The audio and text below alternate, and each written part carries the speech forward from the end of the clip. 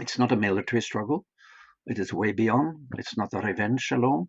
This is the politics of elimination, known from colonial politics for generations. We grab your land, we presume there is no people there, and if there is a people there, we kill them or chase them away, and then we destroy any sign of their story, their history, their culture, and perform the total epistemicide to erase any sign of a people.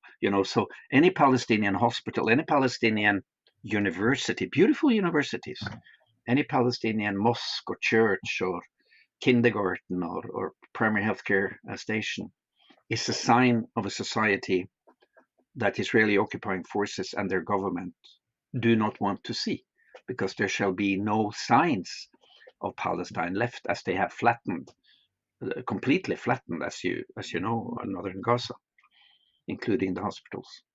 And this is what the United States claims is Israel acting in self-defense.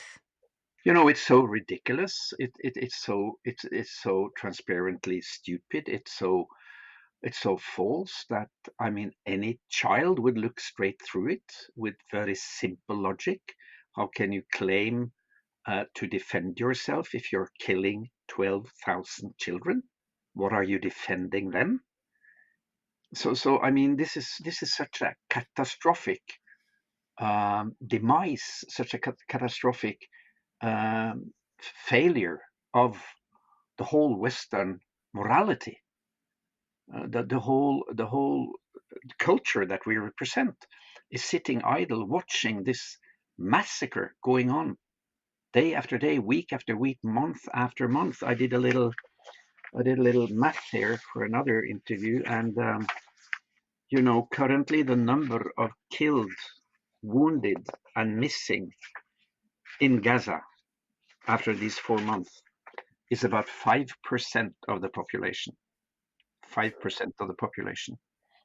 12,000 killed, 28,000 killed, 65,000 wounded, and an unknown number missing. And then you have, in addition, a number which is not counted are all of those who have died from no access to healthcare with non-communicable diseases, cancer, diabetes, infections, psychiatric disorders, pregnancies going wrong, stillbirth, lots, thousands who have been denied access to primary healthcare, for example. The insulin cold chain has not been working, and Gaza has a very high prevalence of diabetes. Actually, it's around 15.2%.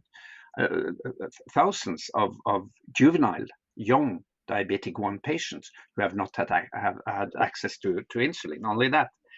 But the numbers, so 5% missing, killed, or wounded. If you should translate that to the United States population, it would mean 16.6 million US citizens killed, wounded, or missing after 4 months. 16.6 million. So given the fact that there are only 2.2 million Palestinians in Gaza, we have yet not talked about the West Bank, these numbers that are reported every second day by UN OCHA, every single Minister of Foreign Affairs in the Western world have the facts on the table. They have all the numbers. The health cluster meetings with WHO and all the NGOs make the graph. I have all these graphs day by day, week by week. Number of killed, number of wounded, number of destroyed hospitals, consequences for the supply of medicine, medical machinery, blah, blah, blah, blah, blah. It's all known, and they have not reacted.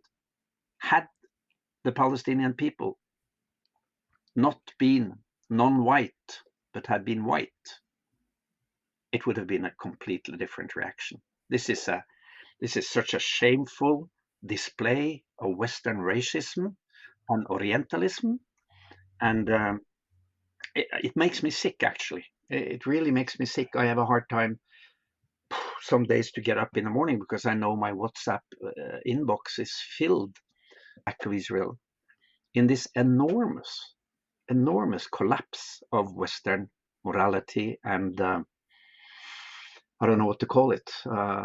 principles. Forget about human rights. Forget about the international community. Forget the governments of EU and Europe, where I live, let alone the settler colonial states of the United States, Canada, Australia, New Zealand.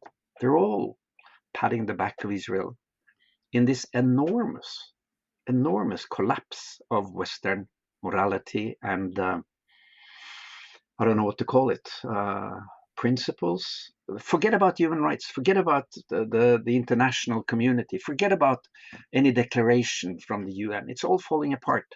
We're back to the jungle. Might gives you right, and Israel is the forerunner for this degenerated belief that if you have might, you have right. I wanted to